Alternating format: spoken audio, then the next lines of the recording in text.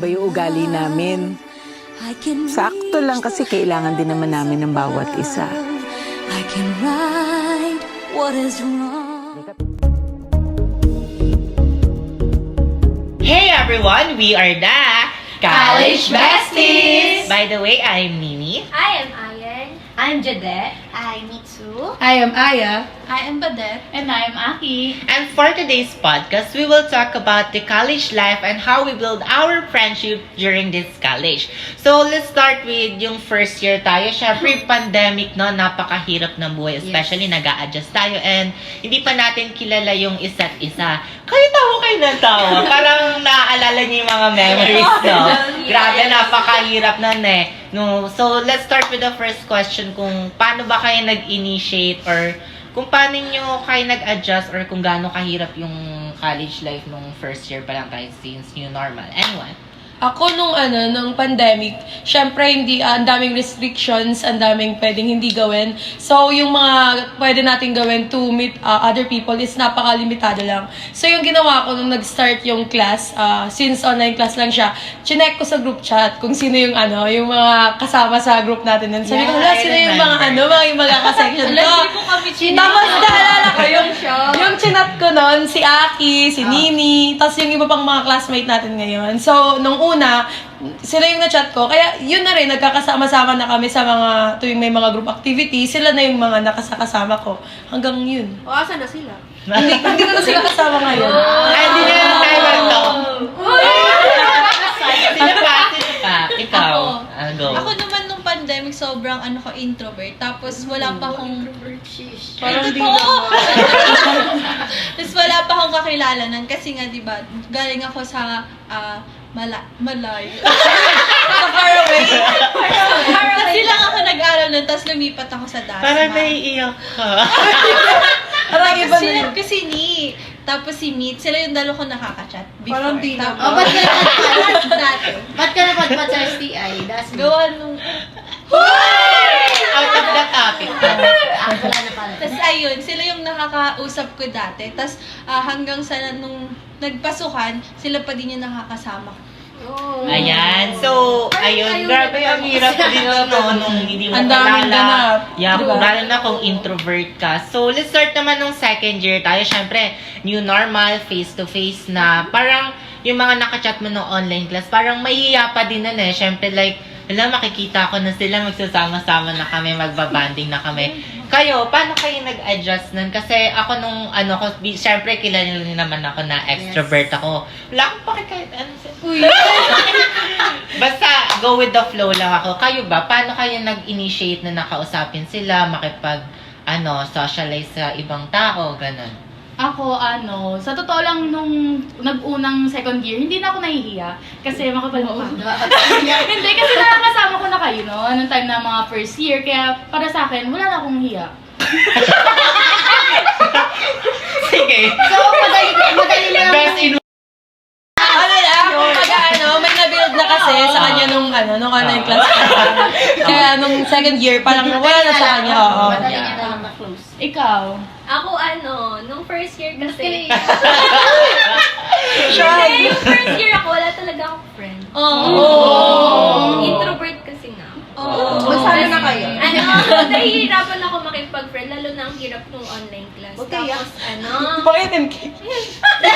tapos, yung una kong nakausap, si Nini. Tapos sinama niya ako sa group nga na ito. Na ito. Group yan sila dati, tapos sinama niya Dati ako. lang. Akala ko, hanggang ngayon pala. Tapos dati akala ko, hindi ko kaya makipagsabayan sa kanila kasi Iba-iba yung personality. grabe, sub-sub sa pag-aaral ang mga bata. Tapos yun. Tapos ngayon Parang naman, pala okay. gas-gas. Ngayon okay kasi nakaka-bonding na mas okay talaga hindi pala online, face-to-face. Yeah. Kayo, meron pa? Wala naman. Nung nagkakahiyaan lang nung unang meet. Yeah, Oo, tsaka grabe din yung adjustment natin nun from online to yung Nagbi-build pa lang normal. yung closeness. Yeah, ang hirap din nun no, nung sa online, hands-on na tayo sa mga ELMS, mga ganon. Tapos nung simula nung face-to-face na like, yung mga activities natin na ginagawa na Parang natin. na-culture shock din tayo. Yeah. Kasi, di ba, iba yung pag sa online lang eh. Pero kapag sa face-to-face kasi, kailangan mag-double effort ka nung ginagawa mo nung online class. And now naman, let's talk naman yung sa present. Yung ngayon, third year na tayo. Siyempre, nakapag-adjust na tayo and super na-build na din yung friendship natin. And aside from that, paano tayo mas lalong like, syempre sinusubok din tayo ng panahon Yes. Napakahirap din. Syempre, third year na tayo. Sabi nga nila, third year yung pinakamahirap na Ang ka lang naman, gusto ka lang naman malaman, paano kayo nagko-cope up? Sa akin, find your right circle. Kasi sila yung magsusupport sa'yo, sila yung tutulong sa pag may kailangan mo ng help sa mga schoolworks, gano'n, tapos sa mga ibang bagay, na magbabalance din sa pag-aaral, tsaka yung sa social life. So, for me naman, aside from your friends, syempre, kailangan mo rin Fresh! May laki ka kasi. Sorry, naka-break. Sorry. Pero of course, aside sa mga friends mo, kailangan mo din i-balance. Tsaka yung time management. Kasi hindi porket third year ka na kailangan mo isubsob yung sarili mo sa pag-aaral. Syempre, may aside from school ka, meron kang personal life ka. And so, ngayon naman, since ngayon na magkakakilala na tayo, alam na natin yung mga bago ng isa't isa. Uy! Something fishy. So, naman, parang magbigay tayo ng ng advice sa mga viewers natin kung paano ba dapat papatatagin yung friendship and kung paano ba i-value yung mga college life.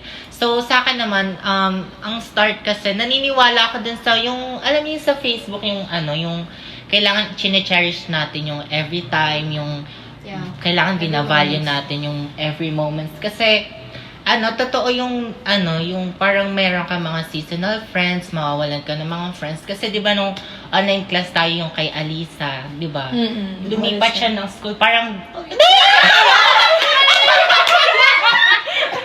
like, parang, nag-sink in sa akin na totoo pala yun yung may makikilala ka sa college life, tapos yung, parang at the moment, may mawawala sa'yo, ganun. Parang, lang, kailangan i-cherish mo talaga lahat ng bagay. Yes. Si Adri. Hindi, isa rin dyan yung yung sinasabi nila na mag-enjoy ka sa ngayon, yung enjoy your youth, pero wag mo daw sisirain yung magiging future mo. Yung kumbaga, habang nag-enjoy ka, iniisip mo pa rin yung magiging future mo. Parang ganun. Parang ang ganda ng ganun. And para sa akin, yun yung isang dapat isipin ng mga kabataan ngayon, lalo na ng mga college para students. Para magka-drive ka. Oo, para magkaroon ka ng drive. Kung paano ka magkukontinue. Tsaka pag-balance lang talaga ng schoolworks tsaka social life, yun lang. Same dun kay Jade. Kasi ngayong pre-final, parang parang napabayaan ko yung pag-aaral ko. Kasi yung grade ko. So, parang, yun nga, kailangan mo talaga i-balance yung dalawa. Kayo. Nalulungkot din siya, Nadala siya. Katulad din yung kay Nini, i-cherish natin lahat ng memories natin ngayon. Kasi, someday, iluluck forward, balikan na lang natin tong mga alaala na to, and ayun, kaya dapat cherish na lang natin. Tapos yung sa akin naman, alam mo yung yung malayo ka na. Yung goal mo malayo pa. Lumayo ka. Ang layo mo! Hindi pa yung layo mo! Sige, lumayo ka. I mean, yung goal mo is malayo pa. Pero ikaw, malayo pa. Malayo ka na, pero malayo ka pa. Ikaw, Beth? Sa akin, wag natin gagamitin lang yung mga kaibigan natin kapag kailangan natin. Oh. Comedy siya, pero nakakaiyak siya, no? So, let's end this podcast na. So, ayun guys, dito na nagtatapos yung podcast namin, and sana nagkaroon kayo ng konting knowledge, and sana, So, that's it for this podcast, guys. Bye! I can love you. May mga bagay naman na mas maganda sa alaala. Till the end.